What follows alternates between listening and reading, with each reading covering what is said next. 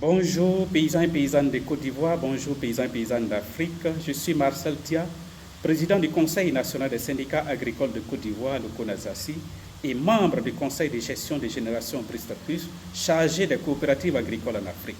Nous sommes aujourd'hui lundi 26 mai 2025, fidèles à notre rendez-vous de tous les lundis. Ce lundi, nous voulons parler du processus de mise en place de l'interprofession café-cacao en Côte d'Ivoire. Nous voulons dire merci au gouvernement d'avoir compris la nécessité de la mise en place de l'interprofession café-cacao en Côte d'Ivoire. Parce que les paysans, les producteurs café-cacao de Côte d'Ivoire ont assez souffert, continuent assez souffrir. Dieu merci que ce processus doit être mis en place avant le 30 juin 2025. C'est pourquoi nous voulons interpeller tous les décideurs. Nous voulons la mise en place de l'interprofession café-cacao, mais pas à n'importe quel prix.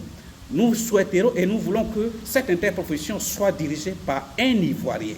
Par un Ivoirien.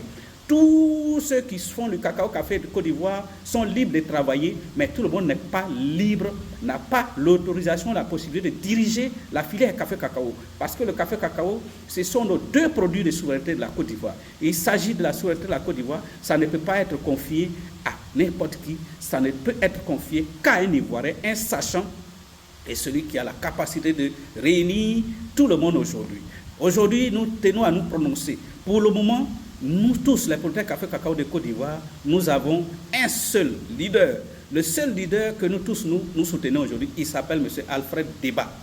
M. Alfred Débat, qui est un Ivoirien, qui est un planteur, qui est un exportateur, un transformateur. Et aujourd'hui, c'est quelqu'un qui a du vécu, c'est quelqu'un qui a de l'expérience, c'est quelqu'un qui a la capacité aujourd'hui de pouvoir diriger la filière café-cacao. C'est pourquoi nous voulons mettre en garde quiconque qui n'a pas cette capacité. Tous ceux qui veulent user de la roubladise, qu'ils fassent très attention, parce que la filière café-cacao, ce n'est pas pour venir faire n'importe quoi. Il faut être vraiment réaliste. C'est pourquoi nous voulons interpeller toutes les autorités compétentes de la Côte d'Ivoire pour que ce processus puisse nous donner quelque chose de potable, pour ne pas que nous commettons les mêmes erreurs que toutes les autres filières qui ont aujourd'hui leur interprofession, mais malheureusement, rien ne va toujours. Il faut que le processus soit bien suivi, que ce soit l'affaire exclusive des producteurs café-cacao de Côte d'Ivoire. Ceci étant, excellente semaine à tous et à toutes et à lundi prochain.